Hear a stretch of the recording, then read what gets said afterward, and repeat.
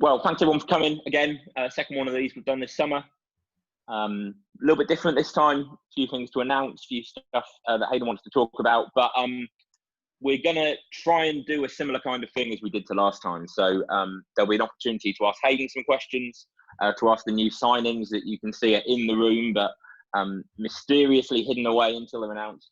So there's a chance to ask them questions as well. And if we could do it at the same time as last time, if you could, on the chat function on Zoom, if you could message me questions on there, and then I'll hand over to you to ask those questions for Hayden, for the players. And I think similar to last time, ask whatever you want really, be it about the new signings, be it about the squad, be it about some of the bigger picture stuff that Hayden's going to talk about as well. We want your questions on all that stuff really. So yeah, that's the way it's going to work. Let's kick right off. Hayden, how are you doing? I'm very well, thank you. Very well. George, you might want to mute yourself, mate, because you just made a noise and you appeared on the screen for everyone, despite the fact you're not saying anything. Hopefully that'll get sorted. Hayden, we've got some new signings this evening to talk about, but I wonder if before we do that, why don't you tell us about which familiar faces we can expect to see returning to K's next season? Yeah, sure. No problem. So when we look at the current retained list, and I must stress the current retained list, it doesn't mean that the players that we're not going to mention are not going to be with us, because there's still one or two players that are in negotiation with myself and the football club with regard to next season. But the players that have currently agreed terms are the captain Simon Cooper, Ben Harrison, Eddie Desane, Fabio Saraiva, Gus So, Harry Osborne, Jerry Permo, Kenny Beanie, Lewis Perch, Ollie Cook, Omar Lawson, Rob Tolfree, Sam Oganteo, Tom Kavanagh, and Tutu Enriquez. That's not to say that some of the lads that I haven't mentioned, as I say, won't be with us, just that their terms are either still in discussion or there's one or two loose ends to tie up. Obviously, one or two people have moved on. I think that's normal, and that's generated the spaces in the squad for as many as 5 new signings. Yeah, I guess one of the names that we have announced is leaving is Dan Bennett. That might have raised a few eyebrows and caused a little bit of disappointment. Obviously, he had a really good season last season. He's played for you before. Do you want to say anything about that? Yeah, sure. Dan did really well last season. He was a big part of the squad, a significant part of our success. He's a player that I like. But sometimes in football, human rights activists fear that the new legislation will be used to round up can we mute people, John, please? They say that Hong Kongers should be able to seek refuge abroad.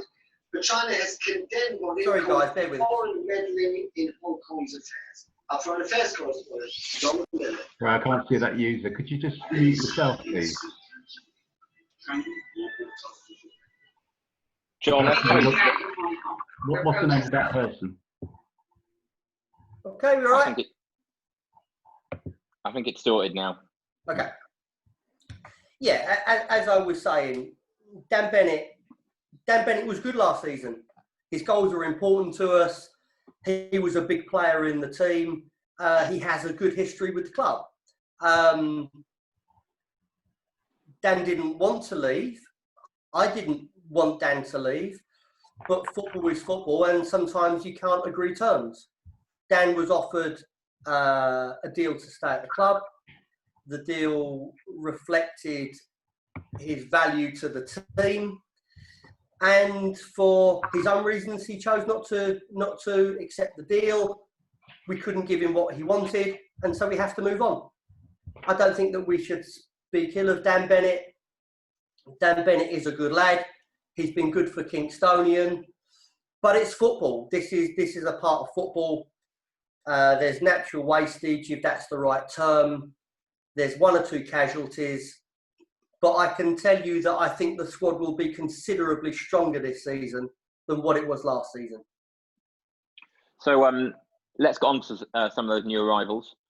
Signing number one is perhaps less of a mystery in that we literally announced his signing last week. Hayden, why don't you tell us a bit about Jake Hutchings? Should we bring him into the screen? Jake, do you want to come and join us? How's it going, everyone? Welcome, Jake.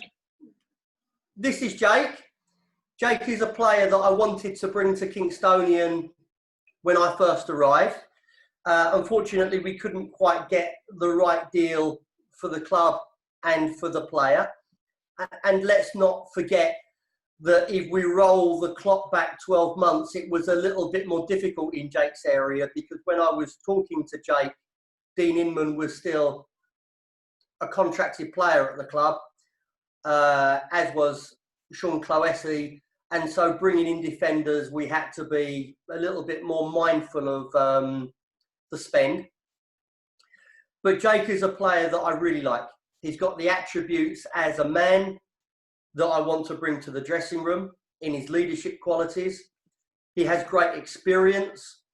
He has great experience of levels above this, both playing in the National South last season, but also playing professional football in Scotland.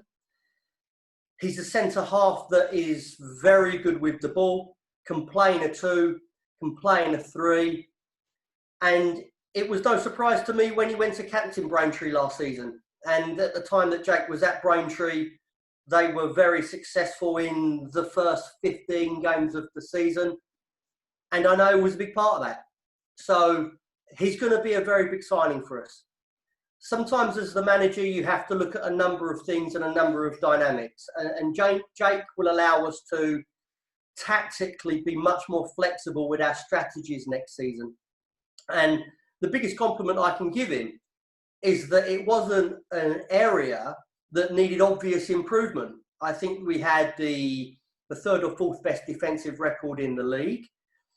But at times, good management is improving areas that are also strong. We were strong in that area, but the signing of Jake unquestionably makes us stronger. Jake, welcome to Kingstonian. First question I've got, towards the end of your time at Braintree, you were player manager. How are you feeling about the transition, about going back to not being a player manager? Or are you just here for Hayden's job? No, obviously Hayden done a great job. That's never the case. I was originally, I always want to be a player, and it come to me and probably everyone else as a shock. It originated, obviously being the captain of the football club. They just passed that down. They didn't want to just chuck a manager straight in. So I stepped in at the time, and then obviously after a couple of games, it realised it weren't for me just yet. I just want to worry about my playing. You've obviously played for Hayden before. Was it what tempted you back to Hayden, and obviously down a level and to K's now? Well, obviously him being as close as to Mourinho as possible, that sucked me in to come back. Don't say that. No. He's going to be repeating that. That's another increase, Jake. Carry on talking, please. Thanks a lot. Jake, just so you're aware, Mourinho, Jake's a Spurs fan, and Mourinho's currently 3-0 down at the moment. It's getting worse, so I wouldn't compare him to Mourinho too much. No, on a serious note, obviously, coming back to play for Hayden, going away from him, originally wanting to come to Kingstonian, as Hayden said, I always kept a close eye on every result last year that you boys got hold of, and I still stayed in touch with Hayden throughout the season. And when the opportunity arose and we could finally get something sorted, it was a no-brainer to follow Hayden again. Great. Tell us a bit about yourself as a player. Who do you model yourself on if you're a centre back? Or if you're a different centre back, we know you're a centre back. As a player, I'd like to say I'm controlled on the ball, nice and relaxed, and like to play the game the right way. However, I've got an aggressive side to me and will be no nonsense. So you will see the old-fashioned someone who'll kick people if it needs to be done. Comparing myself to a player, the person who I always looked up to would be John Terry. He was the ideal centre half for me. Just a leader, passionate, played for the club, and just an all-round good player for me. Hayden mentioned your spell in Scotland playing for Hearts. You played at Ibrox in front of like 40,000 people, right? Not in front of the 40,000. I wish. It was a good experience up there. Being part of such a big club and having a successful spell up there, and winning the championship. Just that's what you're in football for good times. So hopefully there'll be more of that this year. Indeed. Well, I'm sure people will have questions for you, Jake, and we'll come to those shortly. But Hayden, shall we move on to signing number 2? Yeah. Why don't you tell us a little bit about mystery man number 2? So signing number 2 is Corey Andrews. Corey is a centre forward, so it was an area that we all recognise needed attention. And there'll be a couple of centre forwards coming into the football club this summer. Here's the first one. Corey is a young player with enormous potential. And that potential, I think, is best described at when you are coming through the academy of a Premier League club.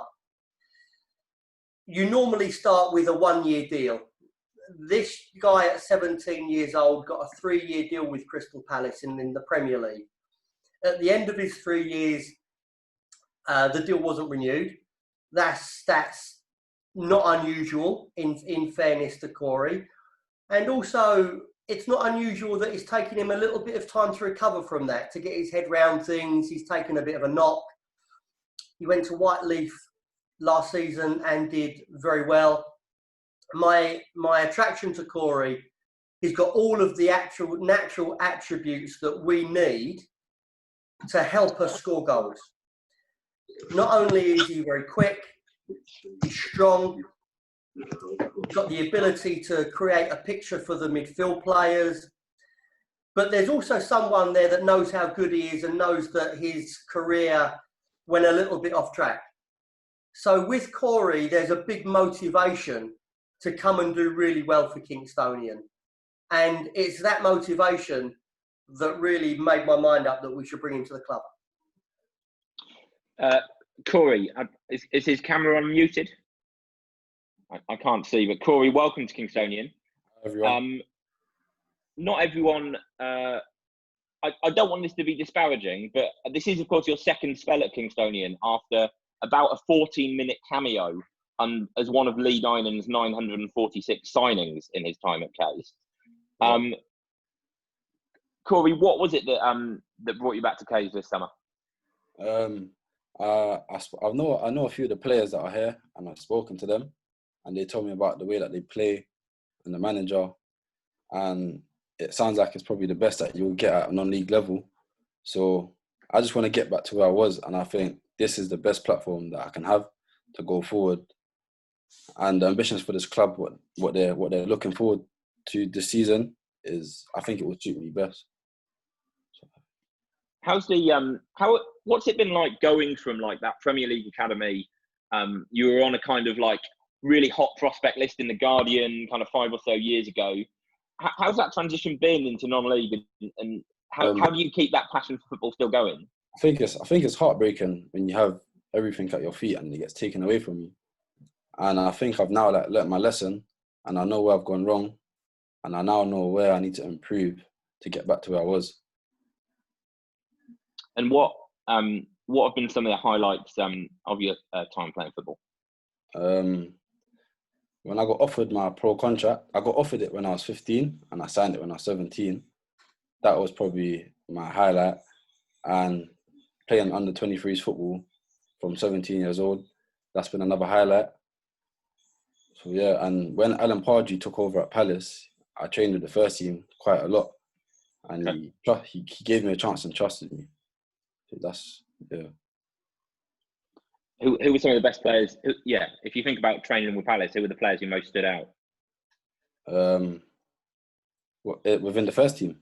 Or, Yeah. I would say, well, from my age, Aaron Wan-Bissaka, he's at Man United. I think he stood out quite a lot. I think Zaha was probably the best player that was there, that I've seen, yeah. And he's still your mate, right? Oh, no, sorry, that's Cadell's mate. Yeah, that's not my mate. Yeah, no, sorry, that's my mistake. And I've just announced the third signing. Oops, that went well. Hayden, you can take back all those compliments, mate, because that's an absolute shocker. Corey, I asked Jake this question. Who would you model your game on? I would say now Marcus Rashford. Yeah, that's what I would say. I play on the shoulder. I like to run in behind. I like to play on the shoulder. I get in behind. I can score goals. I can take on players. I can link the ball to feet. Yeah, so yeah. Can you remember anything about your previous spell at Kingstonian? I remember the game was a windy, wet game against Dulwich Hamlet. And when I came on, that was my first ever game with non-league football. And I've just seen reality within that 14 minutes. Yeah. Great. I would love to say that it was that we all remember it, but I think it was at the end of a really depressing 4-0 defeat under a manager who we all now try not to talk about. So I'm excited for this spell to be significantly better. Corey, welcome to Case. Thank you. Hayden, let's move on to signing number 3, who I slightly gave away the game with. Why don't you tell us about the third signing, Cadell Daniel? Yeah, I think Cadell is the best example of how I work, because Cadell is a player that I wanted for probably a year. He was contracted to Margate. I decided to be patient. We opened discussions with the player very early, and unsurprisingly, when you're dealing with a non-league footballer who's a current international footballer with his country, there was an awful lot of clubs that wanted him. But I have to say that, albeit I absolutely love Dan Bennett, and I think he was fantastic for this club, with amazing respect to Dan, this guy is a very serious upgrade. And bringing the quality of Cadell Daniel into Kingstonian Football Club is an absolute statement of where this club is going. Where are you, Cadell? How you doing, Here everyone? he is. Cadell, welcome. With that much of a build-up, you've got a lot to live up to. You're an international for Guyana, scored a few goals. Yeah. Played in the Gold Cup. Yeah. No pressure then. No pressure. No pressure. What's brought you to Kingstonian? I think the style of play, definitely. I've played against Hayden's teams. I played against Mersham when Hayden was there. I played against Kingstonian. I feel like the style of play definitely will bring the best out of me. And I think I'm at a point in my life where I just want to play my best football and enjoy my football. And I feel like Kingstonians is a great place to do that. Tell us a little bit about the international career then. What have been some of the highlights there?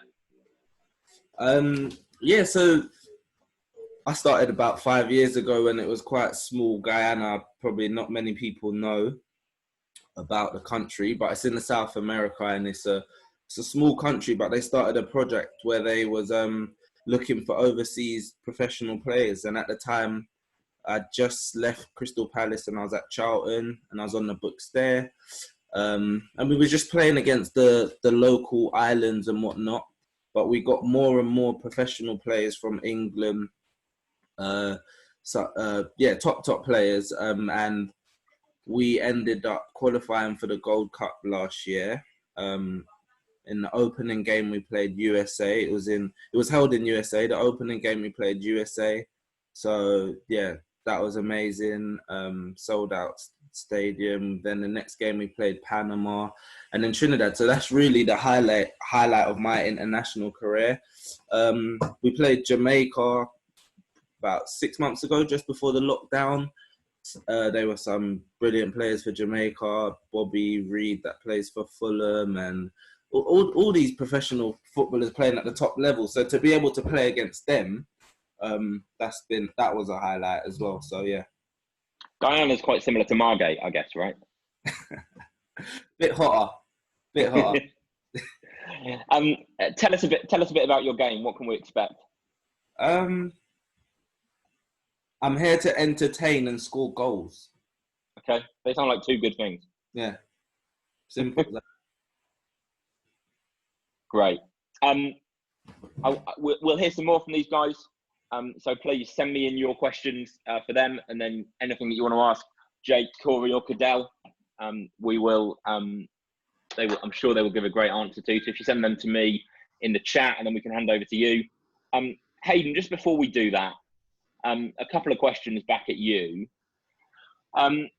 What does the makeup of the people we've brought in tell us about Kingstonian next season? I mean, we've got a lot of centre backs, for example. Well, it's interesting hearing what the players said, isn't it? If you listen to what the boys said, we've got Corey that's coming to score goals. We have Cadell that's coming in to entertain, and we've got Jake coming in to kick people. Sounds absolutely perfect to me. If you look at the three players separately, I think they have the right personality to wear the shirt. I think Kingstonian is a club with a history, and everybody must respect that. And I think in recent history, you've had players that may be good enough, but don't have the personality to wear the shirt. I like to think that last season the boys did have that, and these guys will be an upgrade on that. Corey is an out-and-out striker, albeit he can come off the flanks. Jake will be very important, because I think in football you have to continue to evolve. And I think in football there's always two matches. There's a match on the pitch and there's a match between the dugouts.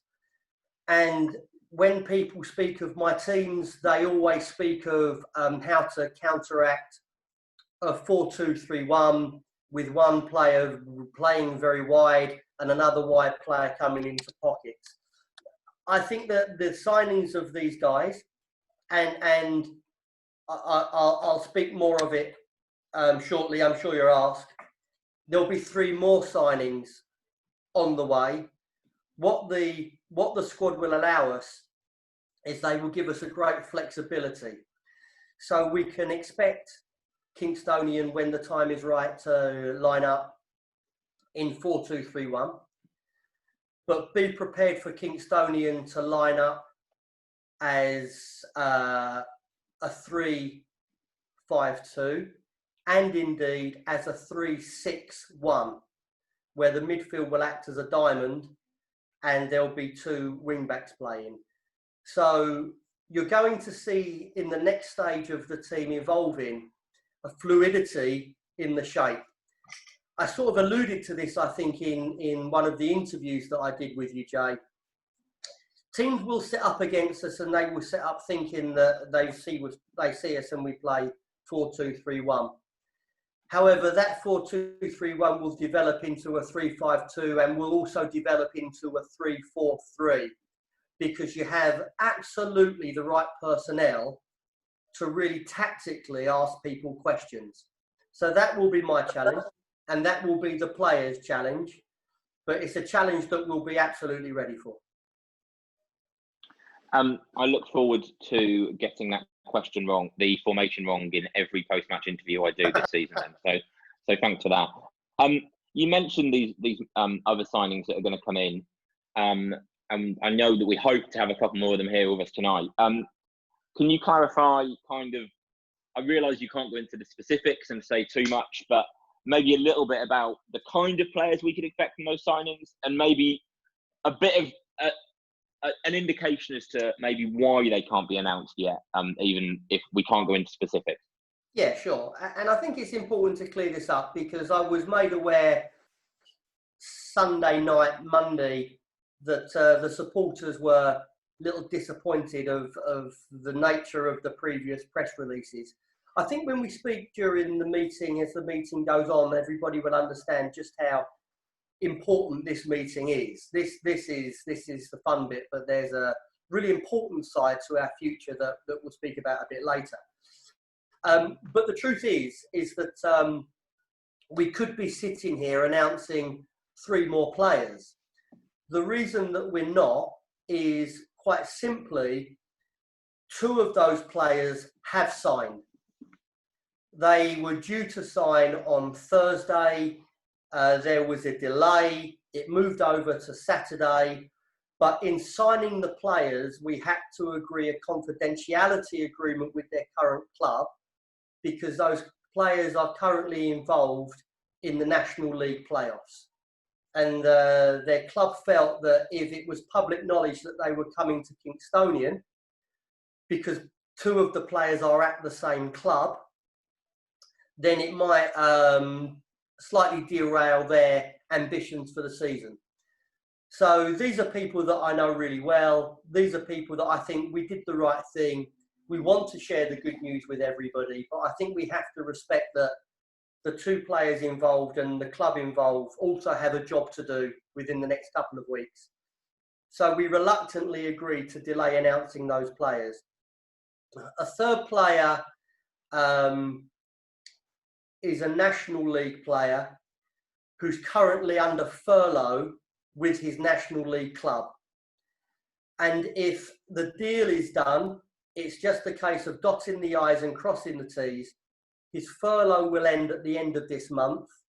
And as soon as his furlough is completed, then he will be announced. So we got thrown 1 or 2 curveballs and 1 or 2 things that I didn't really expect. So it was as frustrating for me as it was for you. Believe me when I say that. But they'll definitely be worth waiting for. With regard to the profile of the player, 1 player is a left-sided player. I think it's an area that we needed to look at. He's a player of National South experience that is very adaptable. He's adaptable in a positive way for the team. He can play at left back. He can play at left wing and has done when he was at Fulham and Wimbledon, but he has great experience as a left wing back. And because I want to change the shape and because I want to ensure that we have more tactical flexibility, I wanted to bring in a specialist in that area. The 2nd player is a goal-scoring centre-forward. He's a player with Eddie. He's a player with Corey that will really complement what we're doing. He's a target man that comes, in my view, with the guarantee of 25 goals. And the 3rd player is a player that can play on the left, he can play on the right, and he can play just off the striker. So what was the priority? The priority this season was to bring goals to the table. I felt last season the team did really well. I felt technically we were the best team in the league by quite some margin. But in football, there's opinion and there's fact. And the fact is we drew 14 games. If we'd won 7 of those 14 games, we would have been in the top 2, the top 3. So we needed more goals. So we've made a conscious effort to bring creativity and goals to the team. And strangely, I include Jake in that. And you may think that's strange because Jake is a defender. But my criticism of Cookie, who I think is excellent, and the skipper, who I think is excellent, they need to score more goals. Jake, through his career, scores goals. He scores important goals. He's a big threat from set pieces. And also in my analogy of football, that the best defenders are the strikers and the creative players are the back players. He will be a playmaker from the back. So when people want to press us, he'll be very composed. He has a good relationship with the ball. And when people play a low block, he has the ability to step out of the back line, move into areas and draw players out. All of the players have been brought into the football club to make sure there's more goals in the football club. I like the way that with one of those signings in particular, you've given enough clues that people can go away and try and figure out for themselves. You kind of set us a little treasure hunt. I'd love to be able to tell you. I suspect people have a pretty good idea who it is. He's coming to Kingstonian. I think you're referring to the centre forward, probably. No, I wasn't. The one that you'd mentioned 2 of his previous clubs for. Oh, okay. Yeah, okay. Yeah, well, that player is a specialist player. And again, you know, in the same way as Cadell, sometimes in football you have to wait. I think as a manager you make a choice. And many managers in this level of football, if things aren't quite right, they'll just go and sign another player. I think Kingstonian last season used something like 22 players, because my idea is a different idea. My idea is the idea of work. If players struggle, you improve them. If players, and you support them, you don't get rid of them. Their success is my success, their failure is my failure. When players do well, you encourage them to do better. You build that team dynamic that's a settled dynamic for the team to evolve.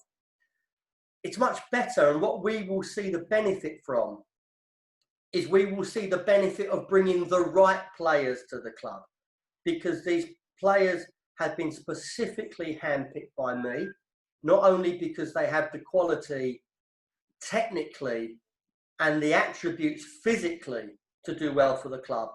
I go back to what I said earlier. They have the personality to bring trophies to this football club. And in the second year, now is the time to bring trophies to the football club.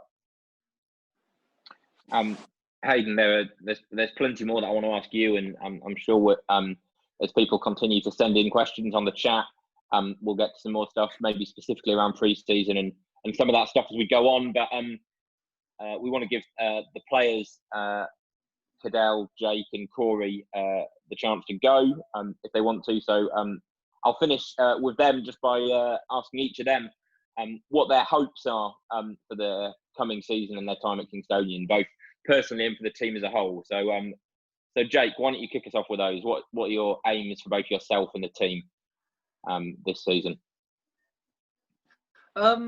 Obviously you want to win things, so coming to the club, seeing how well you done last year in the cup runs, everything like that. Of course, we'd love to do that again, but I think the main focus for Kingstonian this year will be a definitely a playoff spot, but without trying to win the league and be serious contenders for that.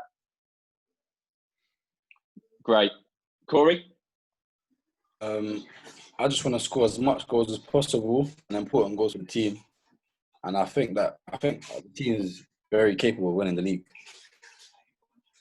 So that's what I believe. Yeah. And Cadell? Yeah, I think I'd agree with both. I think Kingstonian done very well last year, and I just feel like I just want to help improve that situation. And also on a personal note, just score as many goals as I can. I think, I just can't wait for the season to start, to be honest. Great. Well, the three of you, welcome to Kingstonian. We're excited to have you on board. Some of the squad are so excited that I believe Tom can be on the call. Perhaps he's just here to find out who the new signings are as well. Or perhaps knowing Tom, he's probably had to be paid to be here, knowing what he's like. And he's muted, so he can't. Tom, come on, you. Definitely. Great. Hayden, let's come on, UK. Lovely to have you here, Tom. Maybe Tom would like to say a few words, Jay. Does Tom want to say a few words? He's welcome to. I saw his camera was muted, so I didn't know if he was trying to blend in. Tom, want to say a few words, mate? Perhaps not. Perhaps not. Tom's camera's not working, but if he can speak, we can hear him.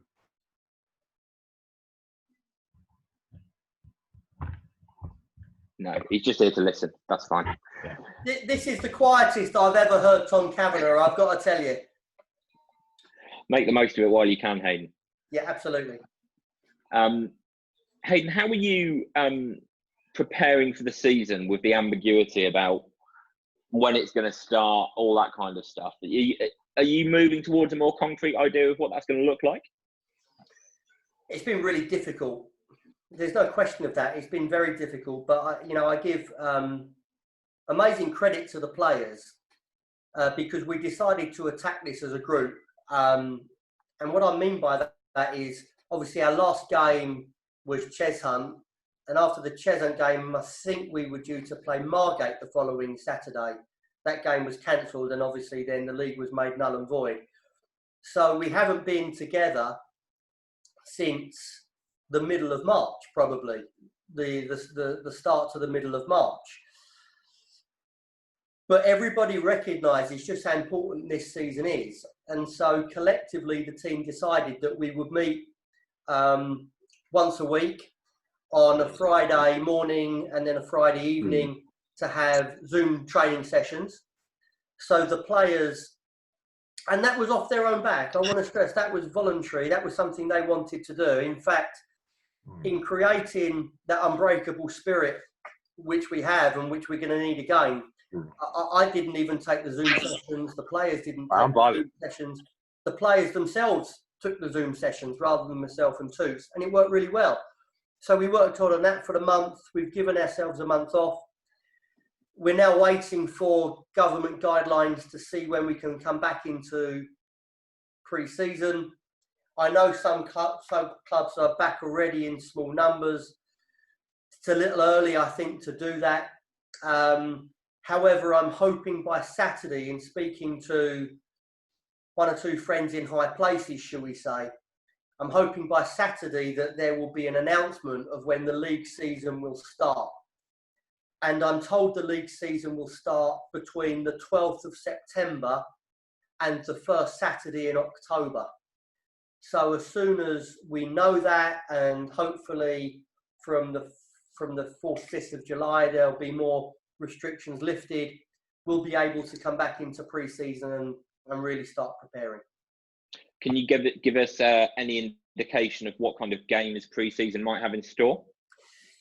Yeah, obviously all of these games are subject to change at the moment because we have to work out the dates. We can't quite work out the dates at the moment for obvious reasons. We don't know when we're going to start.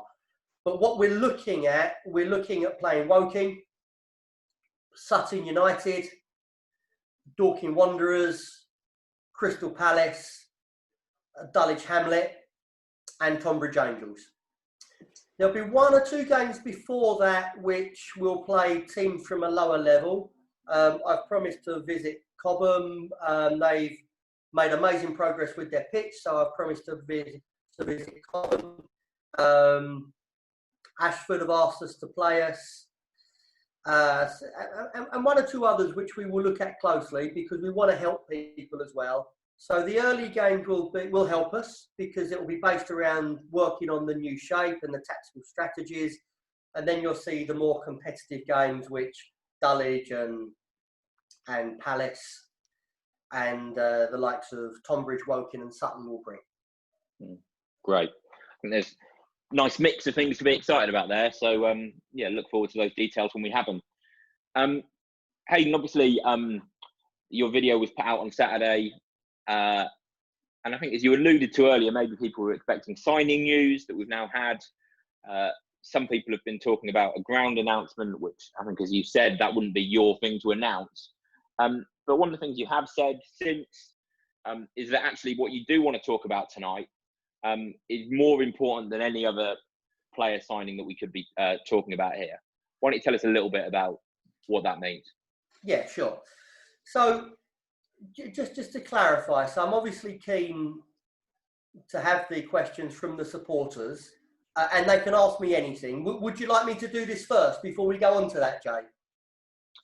Yeah, say what you want to say, and then, as we've said before, if people have got questions for Hayden, put them to me in the chat, and then we'll hand over to you. Yeah, okay. Yeah, great. Yeah, so last season was to some degree about me learning about Kingstonian, not only on the pitch, off the pitch, and from top to bottom. And one thing that became very apparent to me is the club are very reliant on the directors. And the truth is that we're too reliant on the directors. I've seen this before in football. I've seen before that if clubs are being bankrolled by directors, it's a very dangerous strategy, because one day that director or directors will wake up and think, I don't want to do that anymore. Might be his wife is in his ear saying that's our kid's inheritance. They may become disillusioned. Their focus may change. They have to concentrate on family and business. And I've seen before how clubs can collapse like that, literally overnight. It's very difficult to build an infrastructure if it's reliant on individuals rather than a business model. Kingstonian got great support last season. It's great to see the likes of Ben here, and companies like Grand Openings are really important to this project, hugely important to this project. But the reality is only having one big sponsor isn't enough. And what I need to stress to people is this: everybody in this meeting will want to be a National South club next season. That's what I want. I'll say very openly, I have one ambition at the moment, and that is to win the league. And if I don't achieve that this season, my next ambition is to be promoted in the playoffs, because you guys deserve it. And the club, in the work that George, who is here, and Mark, and the chairman, and Paul, the work that they've done, some of which for 20 years, deserves that success, because Kingstonian have absolutely been handcuffed by what happened to the ground. And consequently, the likes of Mark Anderson has pretty much kept the club going. Now, here's the thing. My experience in football tells me this, and some of you that know me will know that not only did I manage Bromley, but I worked at Bromley full-time. And my job at Bromley full-time was to create revenue streams, income, and a business model to make the club solvent. If Kingstonian Football Club are serious about being a National South football club, sorry, can we just mute that, please? Thanks, John. If Kingstonian are serious about becoming a National South football club, we have to make sure we are behaving like a National South football club off the pitch. And at the moment, we're not. At the moment, there is not the infrastructure for Kingstonian to be a National South club.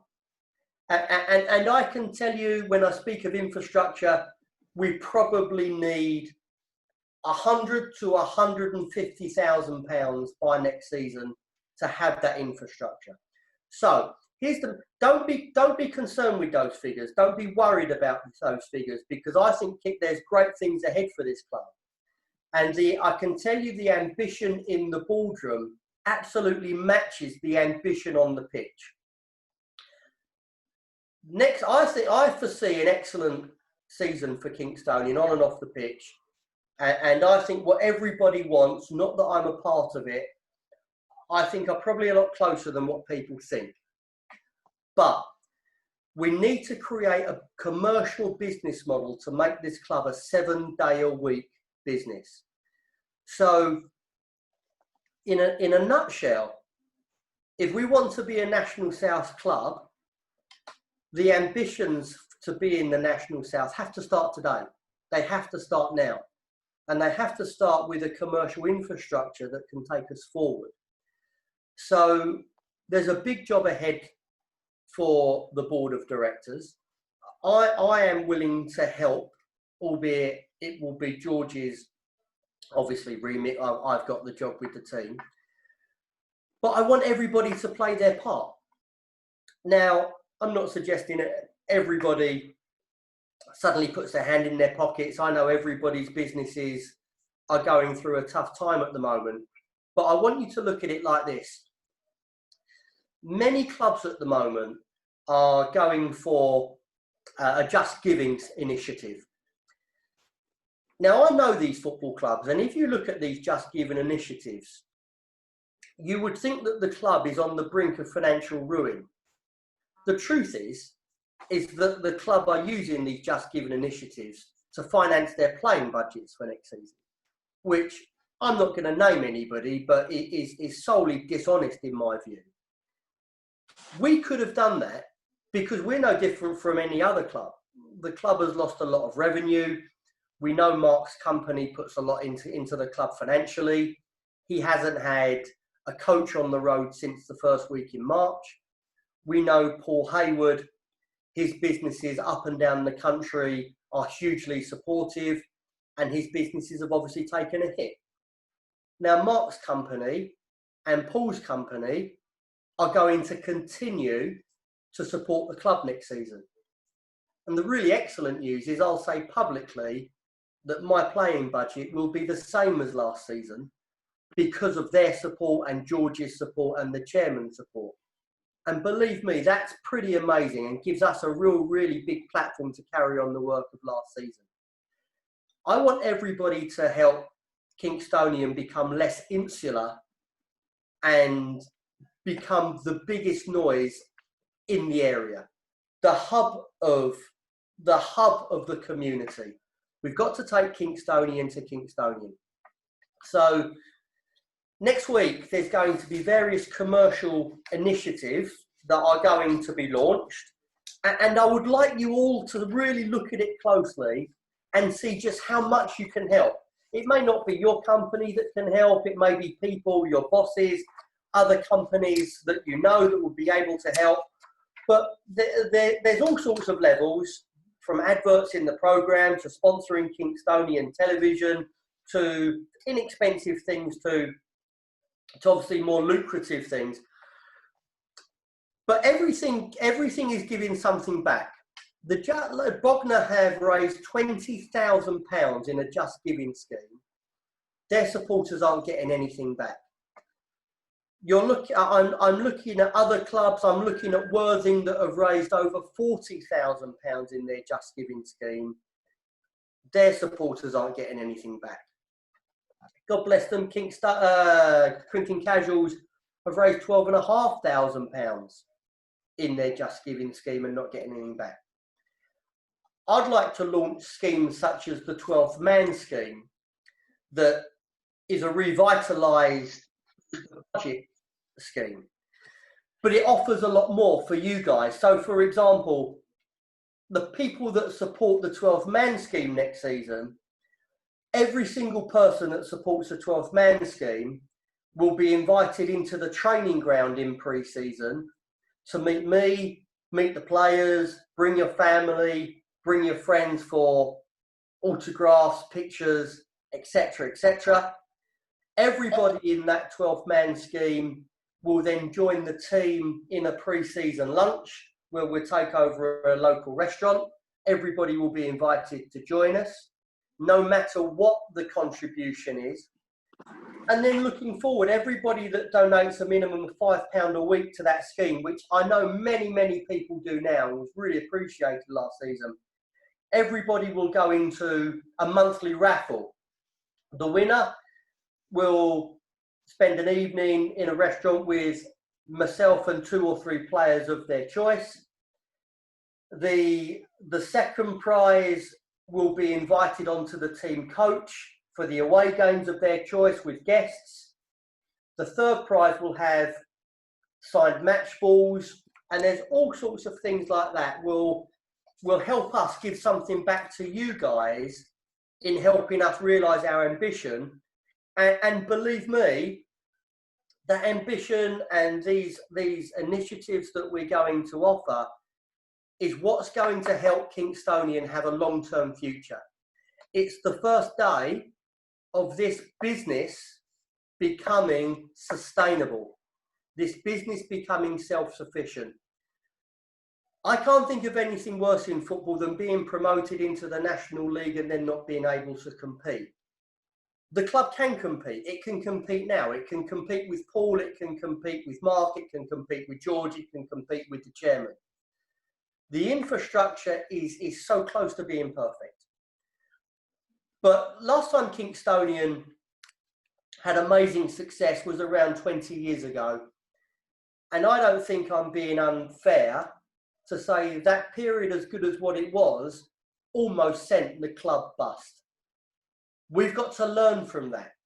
And we've got to build a business model, of which you're a part of, because Kingstonian is about the fans, to make sure we learn the lessons of the past and we make sure the success goes long beyond me, long beyond the current officers at the club, when you're still supporting and I've moved on, as one day I will do, hopefully not for a long time, but one day, and the current board move on, to make sure this club becomes the biggest club in Surrey, which is absolutely what it should be.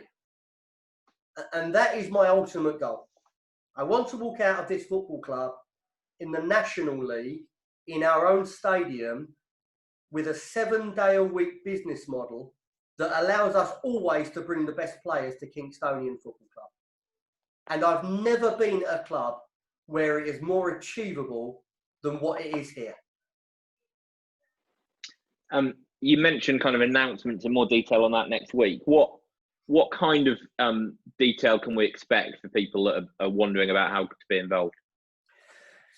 So next week there's going to be a new commercial department that's going to be launched, and obviously I think George, is really important that George speaks about this more than me. But there's going to be a commercial brochure which is going to give the club a corporate identity within the community. And I think one way of making Kingstonian the biggest club in Surrey is making it the biggest noise in the area and really working with the local community. So I want to invite local businesses to be a big part of us and join the ride. We have to have a profile in Kingston and we have to have a presence in Kingston. That no doubt will help us. So if you look at the initiatives that will be available, obviously there'll be the initiatives that the clubs always have at this level, such as the shirt sponsorship, of which Ben, as I said, has been tremendously supportive, and great to see him here today. But we need to look at everything. What we need to look at, whatever we can do deals on, we need to do deals on, whether that's the shirt sponsor, whether it's a match day sponsor, whether it's the official club sponsor, whether that is the first team tracksuit sponsor, the polo shirt sponsor, the official website sponsor, the Twitter sponsor. There's various corporate sponsorship on match days that are available. The Twitter, the advertising boards, the individual player sponsorship, the match ball sponsorship, the adverts in the programme, a new Kingstonian TV channel that will be launched, the mascots, and of course the 12th man. All of these things, whilst for supporters that obviously want to hear about signings that are here for the football and more than play their part by, just paying to get in, buying season tickets, which are amazingly important. But all of these things need to add to that if we're going to really realise our ambitions. And what I will tell you about it is that everything here is designed to give a lot back to the supporters, whereby if you look at the match day sponsorship last season, it probably wasn't much short of having a cup of tea in the boardroom. So now if you look at the match day sponsors, it's hugely more involved, whereby yourself and your guests will be invited. You'll have your own car parking spaces. You'll be invited into the boardroom. You'll have at 2:15, I'll come and meet the sponsors, have a cup of tea with them and their guests. At half time, you'll get refreshments. At full time, you'll get refreshments. After the game, there'll be big announcements in the clubhouse. You'll have the opportunity to have photographs taken with the man of the match, those Those photographs then transfer to the website, so the company gets exposure on the website, the company gets exposure on Twitter. None of those things happened last season, but all of those things will help promote the local businesses and become part of our journey. Great. George, I want to be good to hear from you on this. Obviously, to some extent, this is your department. So I guess one question would be, how nice is it to have a manager who's willing to do your job for you? But also, how excited are you about all this stuff that Hayden's been talking about? Hayden's been a breath of fresh air from a footballing point of view, from his involvement off the pitch as well. I mean, during this sort of pandemic period, he's been outstanding. His communication, not just with the board of directors, but with the supporters, is pretty much unheard of in non-league football, and the level of detail he goes to. What we're of the opportunities for next season is just revamp it, make it slightly different. We've had boosted budget, and the way we want to do things with the 12th man, as Hayden said, it's a bit different. People get something back for what they put in, and we've tried really hard, and Hayden's been a huge part in terms of rebuilding communication with supporters. And I think, you know, with what you're looking to do, there's not many clubs where you can go out on a Saturday night for putting £5 a week in minimum and have a curry or a bite to eat with the manager and a couple of players. I think what we're looking to do, and Hayden's input this summer and over this sort of pandemic period, has been brilliant. And it's great to see the number of people on this call tonight coming on and taking on board what we're talking about. And what would be your encouragement to supporters to get involved and to read the stuff and engage with the stuff that's coming out next week? Well, what I'd say to you, Hayden's touched on it briefly. As a board, we appreciate everybody's concern regarding the ground situation. We're pushing forward. We've got real ambition off the pitch with that project. And as Hayden said, it was always Hayden's vision, along with our vision when Hayden joined, that this second year, if you like, of Hayden's journey at Kingstonian was going to be about promotion, whether it be, as Jake alluded to earlier, winning the league outright or via the playoffs. That's what we want to do, and to be able to continue on that journey and make it sustainable and successful, we need everybody on board. As directors, our commitment is unwavering. We'll do whatever we can, and we've supported Hayden for the forthcoming season as the 4 directors, and put our hands in our pocket during this really uncertain time for all of our businesses, and all of our incomes have been affected. But we look at ourselves as, you know, custodians of the football club, and we'll do whatever we can. But we need supporters now to join with us and really help us push the club on to the next level, which we believe and know that Hayden can take us to, but we can't do it alone. We need everybody's help, and whatever they can afford, if it's less than £5 a week, whatever, whether it's volunteering on a match day, whatever people can do will be greatly appreciated and will make a real difference pushing on in the future.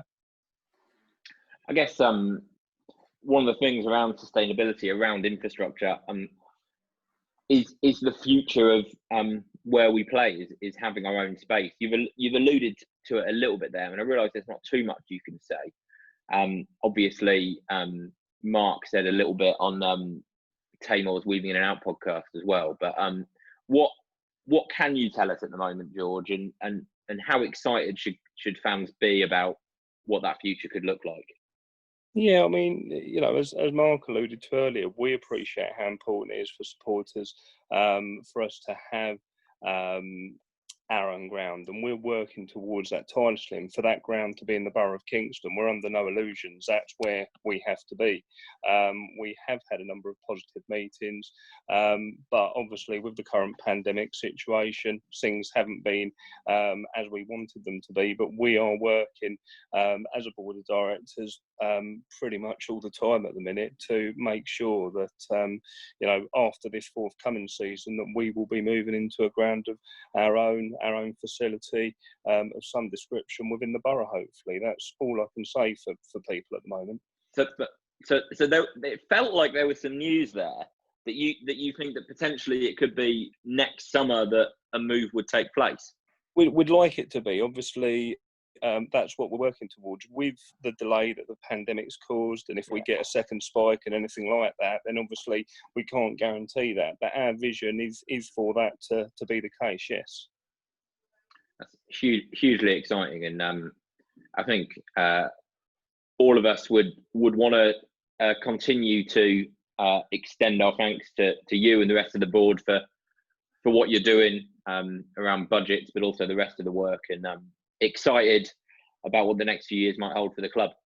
Yeah, I think Hayden's got to take a great amount of praise with what he's done during the off season. As a board, we've communicated with Hayden, but the effort and the work he's put in, and the communication with supporters, it really is important, and it's come on leaps and bounds, and it's brilliant to see so many people on this call tonight. And who knows when the season's going to start? Let's hope it's September, October. I'm sure we've all missed our football fix, and hopefully we can keep in contact over the next few weeks and months. And as I say, we can't say too much on the ground situation, but rest assured we are working on it.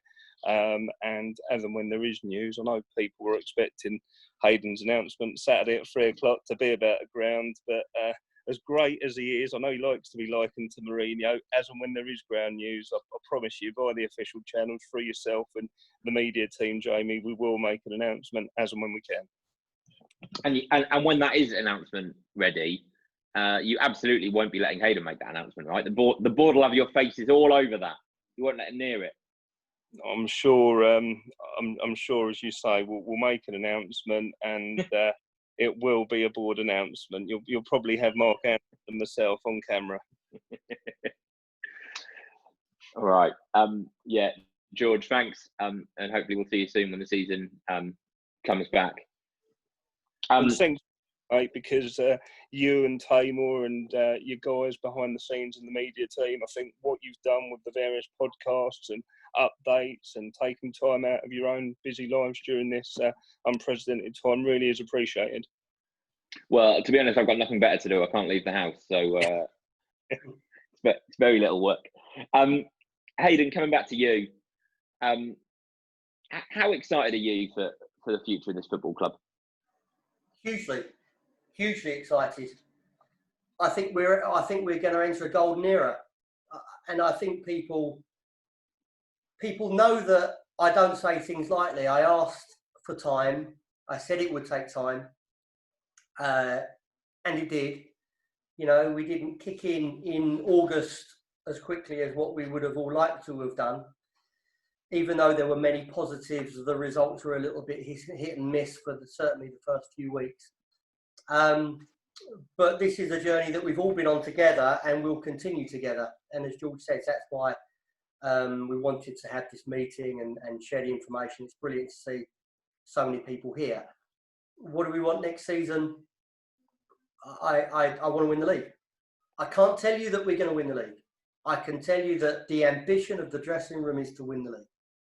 The ambition is to be promoted, because the name Kingstonian should be synonymous with the National League and not the Isthmian League. And it's about time we change that. Absolutely. Stunningly, we don't appear to have any questions from fans. If there was any questions, feel free to put them in the chat before we finish. But it appears you've covered everything so thoroughly, Hayden, that you haven't left them wanting more. Is there anything else, particularly on the commercial side, that you wanted to say this evening? All that I wanted to say on the commercial side was, please don't dismiss this, because you are part of the journey. Trust me. My experience in football has seen many examples of boom and bust, and they're not the clubs that are ever successful in the long term.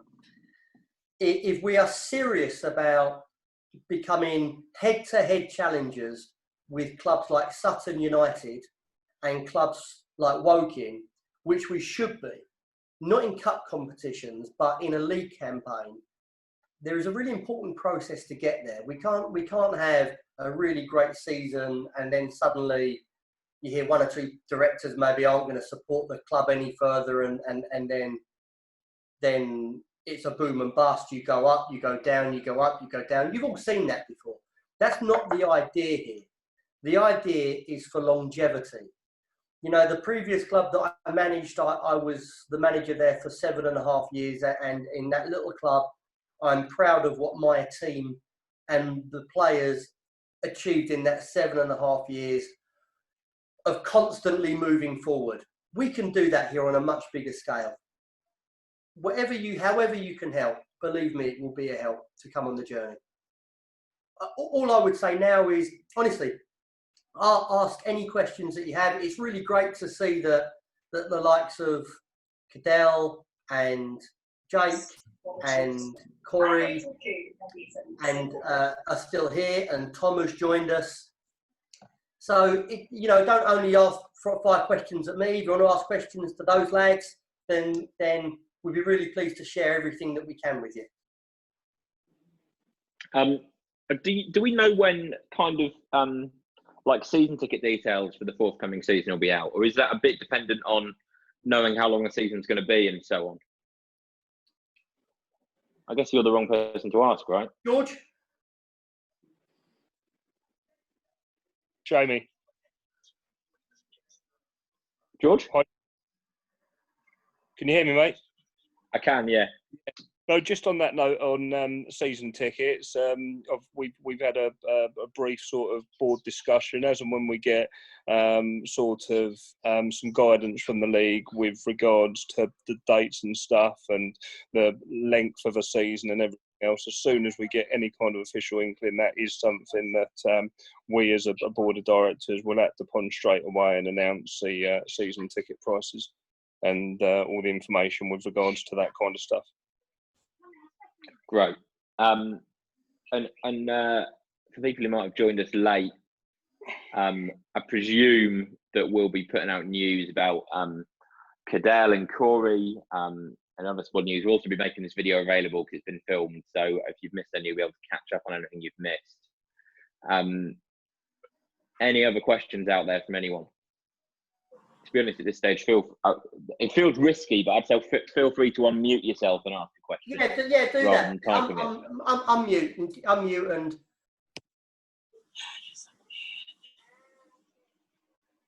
How are we doing, guys? Is there anything else anybody would like to ask? Anything that you'd like to say?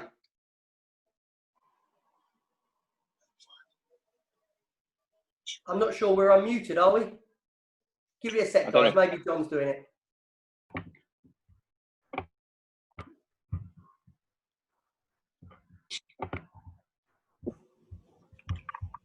Bear with me and I'll unmute all.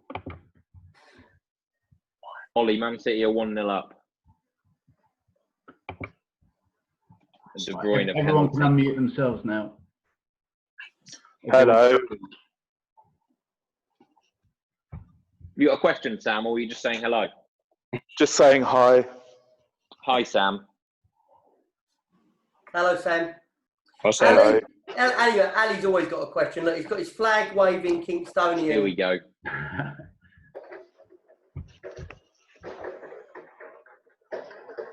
You did all right talking to you last week, Hayden.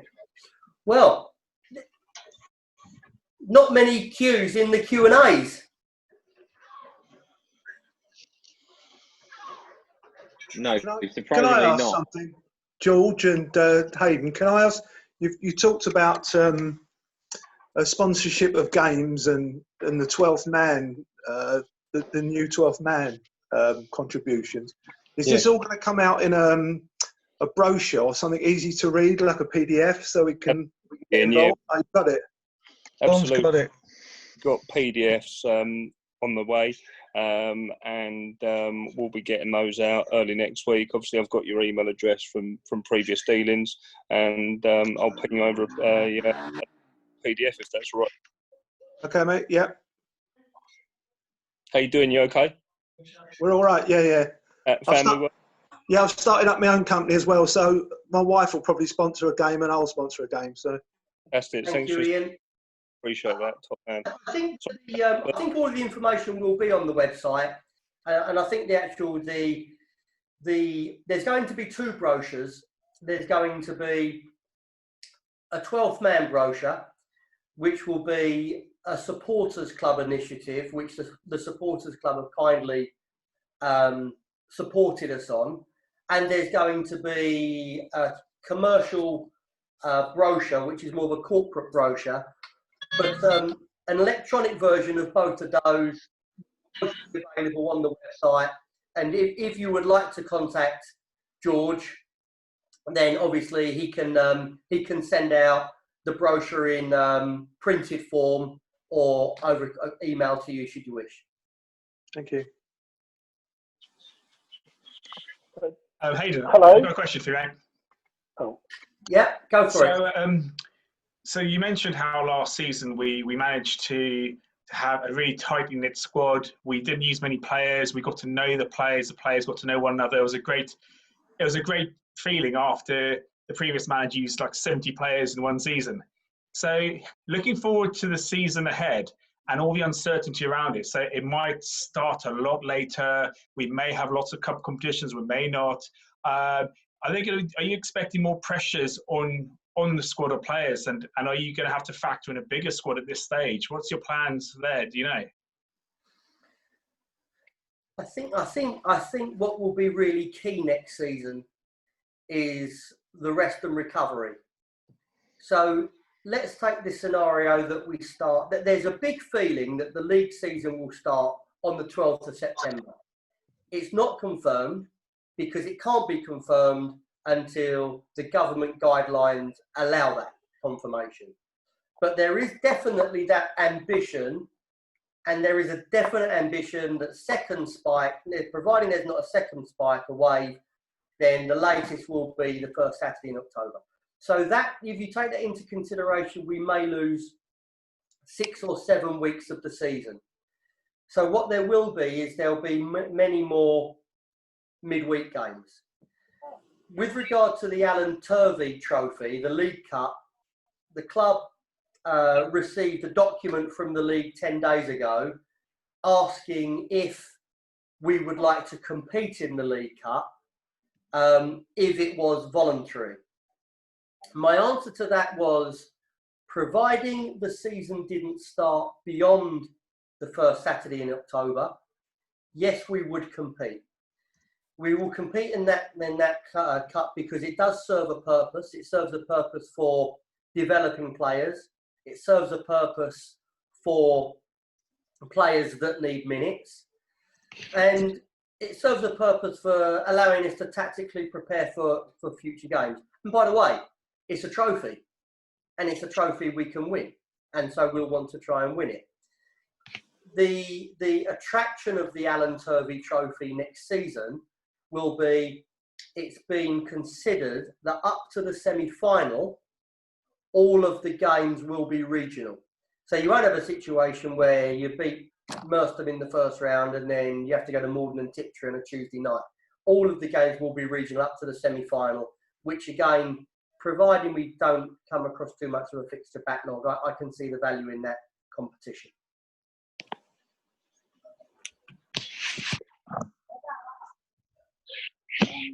Thanks, Ali.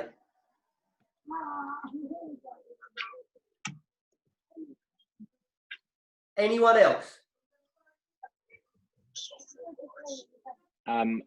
David Crought just put a photo in, not a photo, a message in the chat about preferred midweek games. I know we talked about that last time that we were on, Hayden, about, but I guess for anyone who missed that, it would be that Wednesdays are kind of at the behest of our landlords at the moment. Yeah, I actually spoke to the club about this, and it was subject to a board meeting as well, I understand. Historically, obviously Kingstonian have had some success in playing on Mondays. Certainly, I've seen Kingstonian play on Mondays many occasions at Kings Meadow. I'm always a little bit wary of recovery time, but I can see the value also in that we would be used to playing Mondays, whilst other clubs wouldn't be used to playing Mondays. Tuesdays we cannot play which is one of the frustrations of any level of ground share agreement. The landlords get the choice. And so currently it's Mondays or it's Wednesdays, and regretfully Corinthian Casuals will not allow a situation where potentially if there's 2 midweek games in the same week, we play Monday and they play Tuesday. So unfortunately the midweek games will be Wednesday, which isn't ideal for me, because then you win Wednesday and you're already looking for Saturday. So Thursdays become more of a warm down session than a technical session, a strategic session.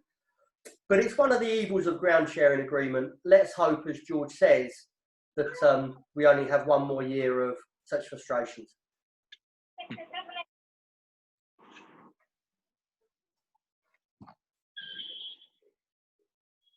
I've got a question for you, Hayden. Steve? You're right. You stole my thunder because I was going to ask a question about formation, because you've always been an advocate of a back four. Would you be looking to be fluid in a game? Depends on how it's going, but would you switch to, say, a back three and a back four in the same game? Or would that be dependent on opposition?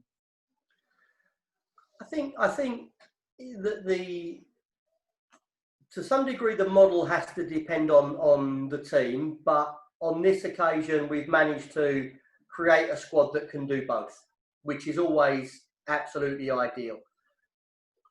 You know, without giving away too many secrets, we have one of the best centre halves in this level of football in Ollie Cook. We have the captain who partnered him very successfully last season. And now we have a former professional and National South captain in Jake coming into the club. And whilst they all understand the need for competition, equally, it does lend itself to turning a 4 into a 3. So I think that is a distinct possibility that you'll see that much more next season. Yeah. Hayden, I'm aware that there are some people missing from the retained list. I know you said you're still in negotiations with some. Are there any other players who you can categorically say who were around?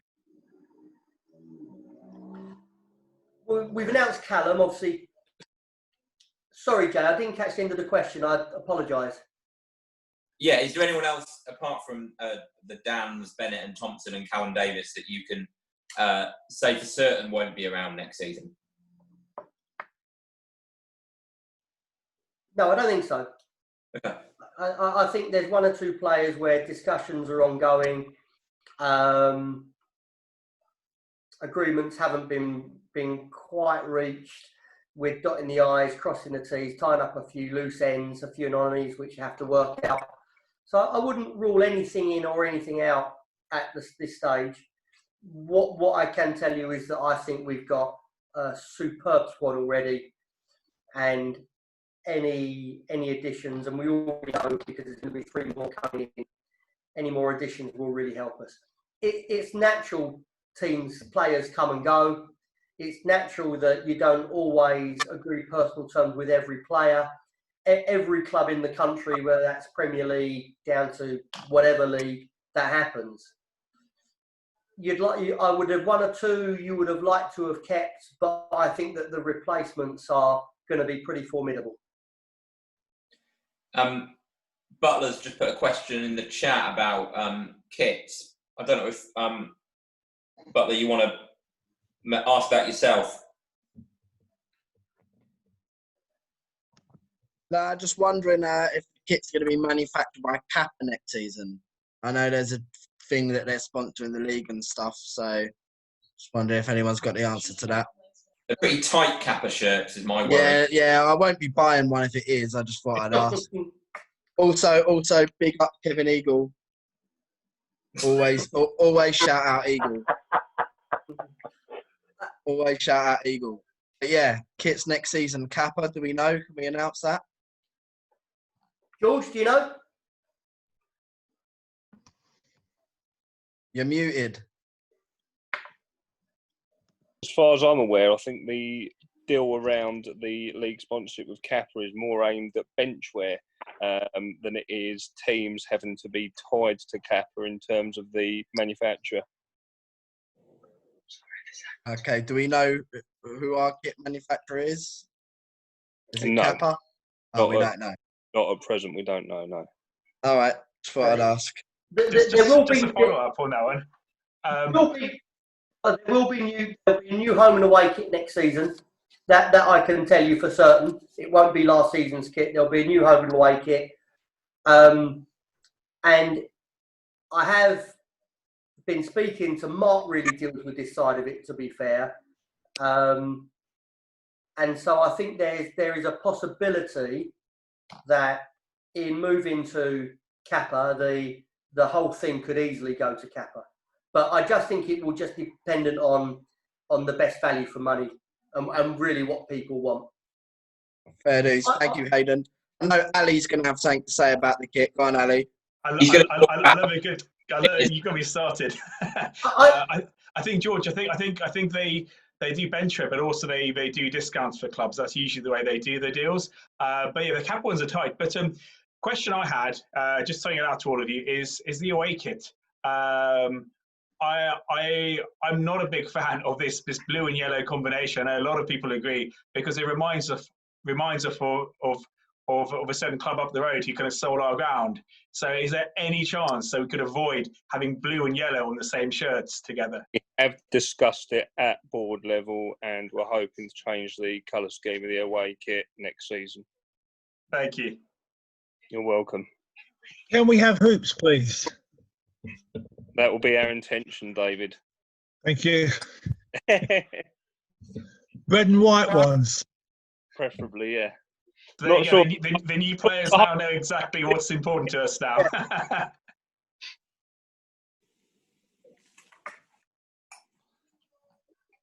Hayden, one other question I've got. Last year you started off with Amadou as backup to Rob, or as competing with Rob for the number one. Have you got any backup this season planned?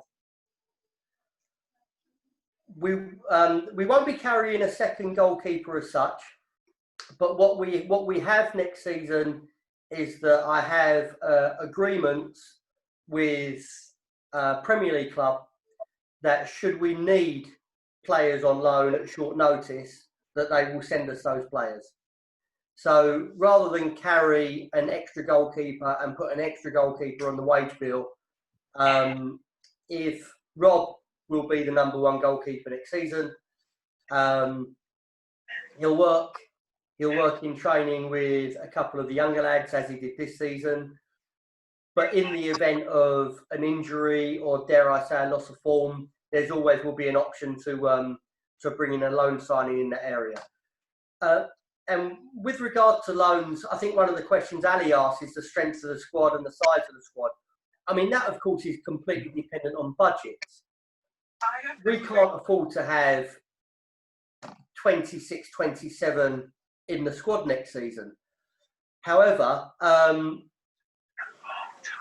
think that some clubs are too reliant on loans, and those clubs, you tend to have a strategy that's built on sand because loan players can get recalled.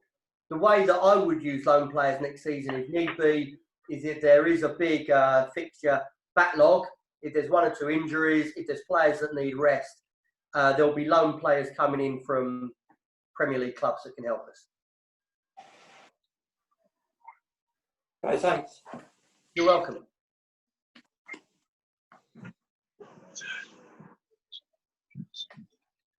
So John Banks here, just to say, I mean, as you know, the Hayden and George, the supporters club are going to try and help with the marketing of some of this stuff, which you'll see on the materials.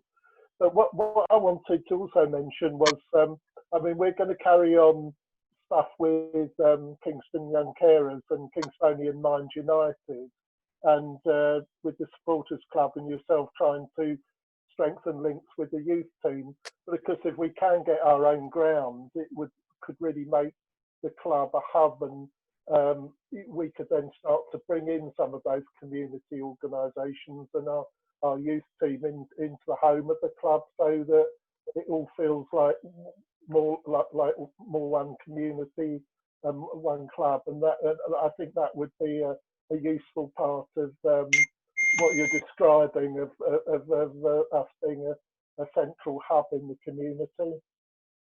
That's just to answer that, John. That's precisely what we're looking to do as a board in terms of having our own ground, and with the youth teams and Kingstonian Mine United, and hopefully a ladies team as and when we get our own ground, and bring everybody together and create a real community feeling and a real community-based club. And obviously, a lot of the good work that yourself and the supporters club do with Kingston Young Carers Network and Kingstonian Mine United goes a long way to helping that. But yeah, that's definitely the vision that we've got.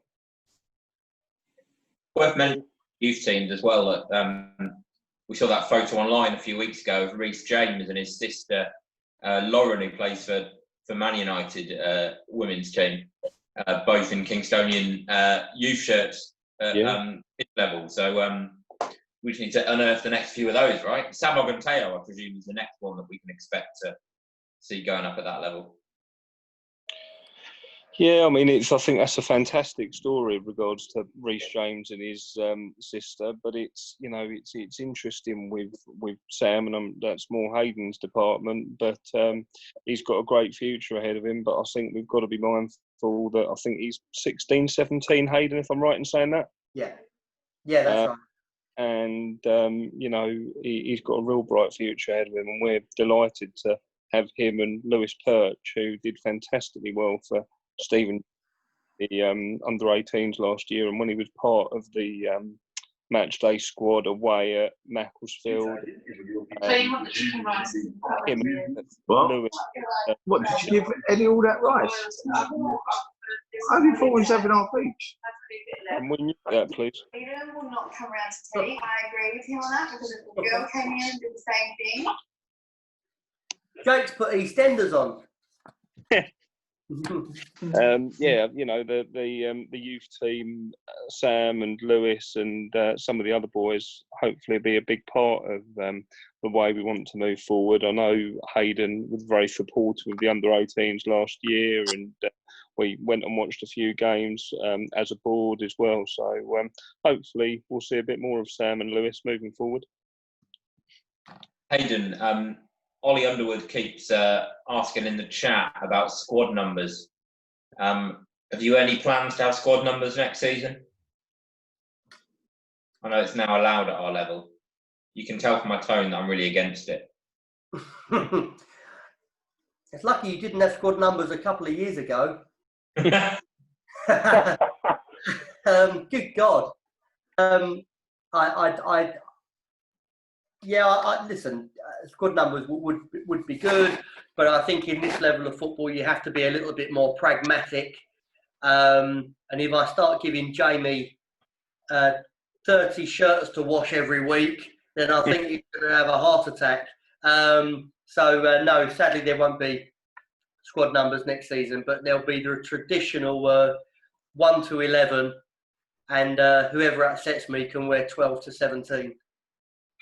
I also made it quite special at Macclesfield and against Fylde when we had some of those extra numbers and players got to pick their own as well. Yeah, that absolutely. When we're considering what we're talking about tonight and how to make the club take the club forward, that's exactly what we should be thinking of. We should be thinking of Macclesfield. We should be thinking of Fylde. We should be thinking of Woking, because my ambition for this club is really clear. My ambition for this club is that I don't want to be sitting here next year talking about those games, because I want them all over again.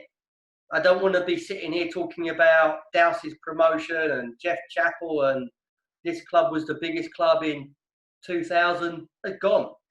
In football, you have to respect history, but you have to only look forward, and we need to look forward. And whether we're talking about the way that we've improved the squad, or whether we're talking about a new infrastructure for Kingstonian commercially, it all amounts to the same thing. And if we want the Macclesfield game and the Woking game to be the norm rather than the exception, everybody's got a part to play in that. Right. Guys, have you got any questions for any of the players, for Cadell or for any of the lads that are here? Please fire away. Can I start with Jake, who we first got announced a few days ago? Jake, have you played with the rest of the defence previously at Merstham then?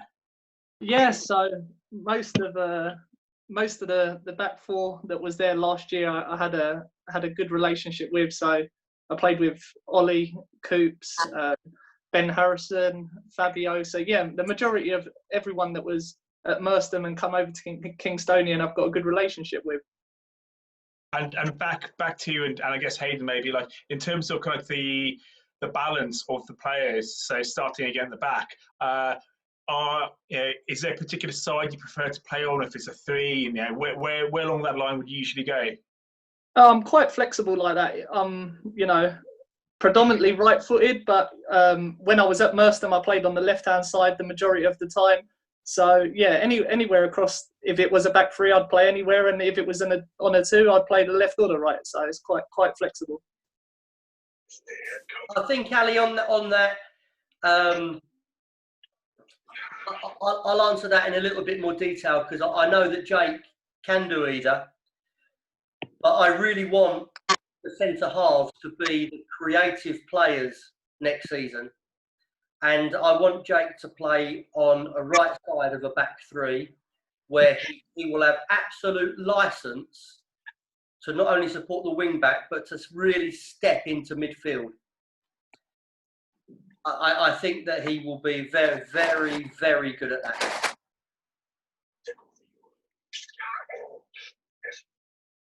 Any other questions for Cadell or our Marcus Rashford lookalike? I don't want to take all the questions, but I'll throw one in as well for Cadell. So Cadell, you mentioned you've been playing for Guyana for a few years. I don't know if you could have crossed over. We had a former player, I believe, Sean Beverley. He was the Guyana captain a number of years ago. I don't know if you can have crossed over careers with him. Are you familiar with him? Have you spoken to him about Kays? I'm not too familiar with that name, Sean Beverley. I think he would have probably been about maybe 6 or 7 years ago. But yeah, so we had him briefly. He used to play for Dulwich, I think. Was it Dulwich Tooting? And yeah, he was the Guyana captain. Unfortunately, he wasn't with us long enough to get any Guyana caps whilst he was with us, but he was their captain. So we look forward to you representing Kays internationally. Brilliant. And again with you, and then with yourself, and then I guess back to Corey afterwards.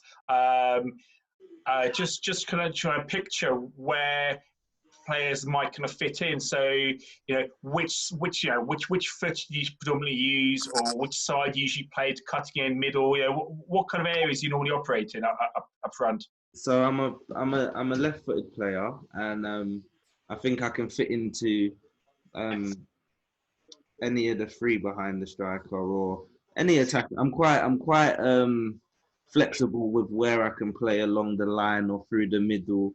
And yeah, I'm left-footed. Nice, thanks, Cadell. And to you, Corey, as well.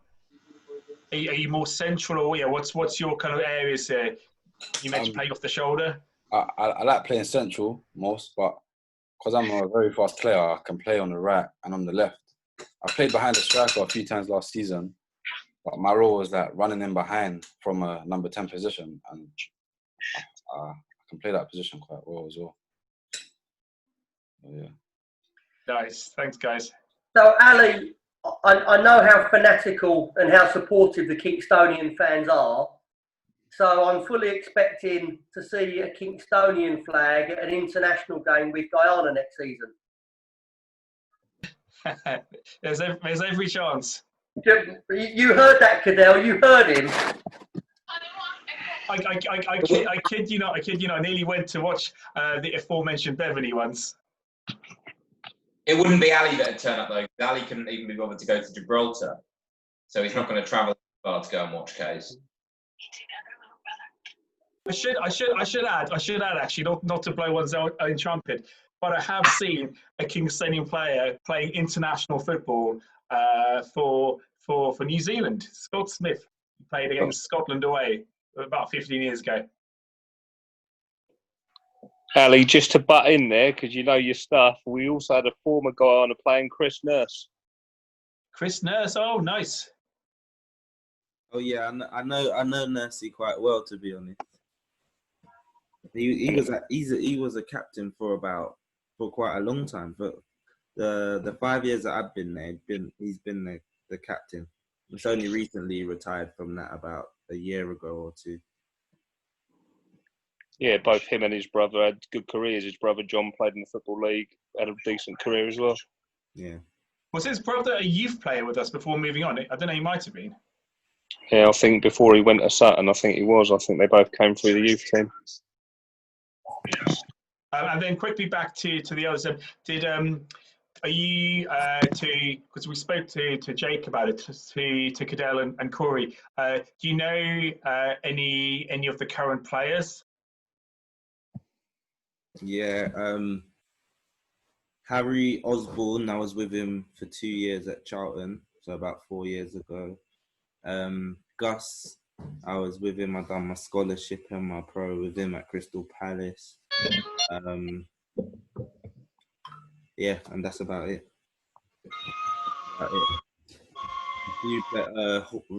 Reece Rickle, I'm quite close with, and Daniel Thompson, he's gone now, but yeah. So I do know a few of the squad and people that have just left and whatnot. Nice. And Corey, I know you only with us very briefly, and we had quite high player turnover, but I'm assuming Rob Tolfrey, the goalkeeper, you'll know him. That might be it.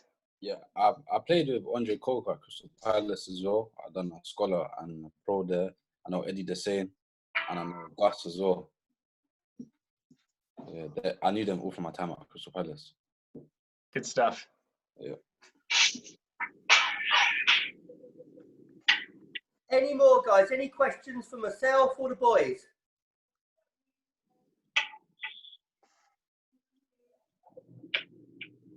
Last chance. I just want to say something quickly. I know he's listening, John Tolley. Congratulations to you and your wife on the news about your new arrival to the Tolley family from everyone at Kingstonian. Congratulations, John. The new kit is available in baby sizes. Ollie, where's Ollie? Ollie keeps putting questions on the screen. Let's hear from him. Ollie, come on. Last one's down to you, Ollie. Come on. What questions you got for the boys? Oh, God. Wait, can people hear me? Yeah. Oh, God. I was just thinking, because I always tend to ask people this, these questions for new signing, the strangest games they've played in, be it in front of like one man and his dog, or be it in front of like, I don't know, Messi, Ronaldo, or what, etc. I don't know. That makes sense. Like, yeah, strangest game they've ever been involved in.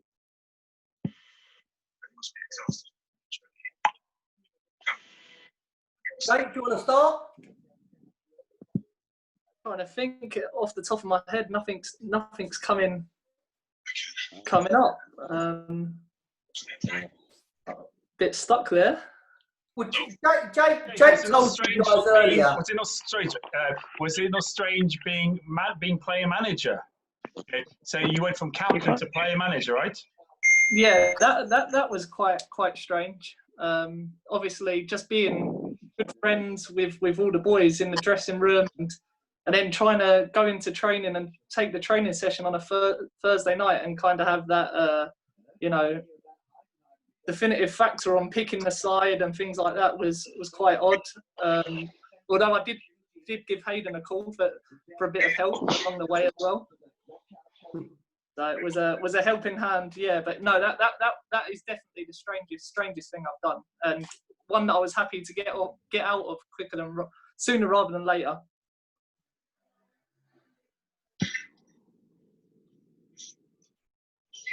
I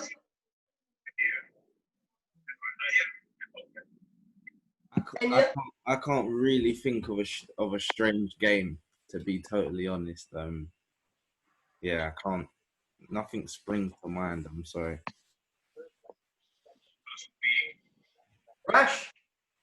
Okay, this was a pointless question. Me too. I can't think of one either. That was a terrible question, Ollie. Can I just ask Jake a question? Please Jake, do. you said you played for the Jam Tarts, yeah? Yeah. Did you play in the Edinburgh Derby at all against Hibs? No, I didn't. When I just joined, that was the last fixture that they played, so I missed out on that. But yeah, went to watch it, was there, and yeah, great atmosphere, a really big game. Okay, thanks. I got one quick question. I was going to say to Jake. Oh shit! Oh, sorry. What was it like playing in Scotland? For Jake, a lot sorry. colder than what it is here. No, it was really good. You know, the quality of players that you're playing with was really good. The fans, I'd say, are like very, very fanatic, and you know, it kind of goes down to that religious stent with like Celtic, Rangers, and it's like more than football, so they're very passionate. But yeah, it was a great experience. Fair dues. Is it a competitive league? I don't think anyone ever pays attention. It's a bit of a boring league. I can't believe Ollie boring. You know, the amount of games he goes to. Sorry, I'm watching the Werder Bremen game as we speak. I've got a question for Ollie. Ollie, are you absolutely pissed? No. Absolutely on it all day. No, I've been in London. Ollie, you are asking some waffle questions, mate. Well, I'm asking, don't be the same old. You want to ask other questions. All right, Cadell and Corey, who's going to score more goals out of you two next season? Me. No way. I think I'll score more goals. How many are you guys going to get then? 22. 23.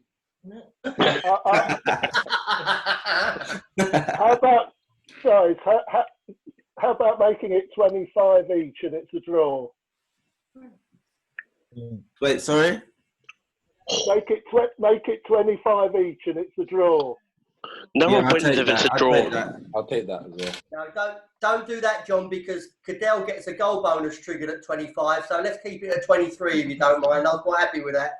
Hayden, you know what you got to do, mate? You know, it's got to be the opposite of a goal bonus. So they've given you the numbers. So however far they are off their targets, they got to put into it. Good work, Ali. Good work. Guys, listen, I really appreciate everybody's time. Hopefully, you know, you'll really join us on the journey.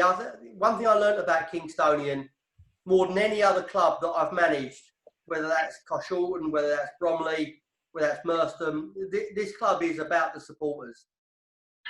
Let's really make sure that the work that we all did collectively last season goes up a notch this season. And I think if we do that, then I think, as I said, we're entering a golden era for the club that in time everybody will look back on as they look back on the days of Chapel and the 2000s. Thank you very much, fellas. I look forward to seeing everybody, not on the first day of the season. Everybody is my guests on the training ground as members of the 12th Man Club. And don't forget, we don't accept anything less than £50 notes. How much do we have to give each week to get a game? Sorry, mate? How much do we have to give each week to get a game in pre-season? Probably, looking at your derby, Jay, quite a lot. I've got my hoops on already. It's been brilliant to see everyone tonight on here. Thanks for everybody joining in. Great to have our new signings on board. John, Mac, Jamie, thanks for your time in setting all this up and everything, and obviously, as Hayden says, we look forward to seeing everybody sooner rather than later. Yeah, and just to finish off, thank you guys. Really appreciate your time. Really appreciate your support. And it would have been lovely here to have announced the 4th, the 5th, and the 6th signing. But believe me, they will be worth waiting for. So, I think Corey inadvertently mentioned one of them, Hayden, if anyone was paying attention. yes, I know he did. But so did you. You mentioned Cadell whilst he was hiding behind his curtains and going, look, that's a move there to a different room. That's true. We'll call it 1-1. Guys, happy? Anything else? Last chance? Have a nice evening, everybody. And make sure you keep in touch with the brilliant website from Robert and Rupert and Mike with the Instagram to keep you in touch. And I'll catch everybody at the training ground as part of the 12th man. Take care, everybody, and thanks for your time. Good night, guys.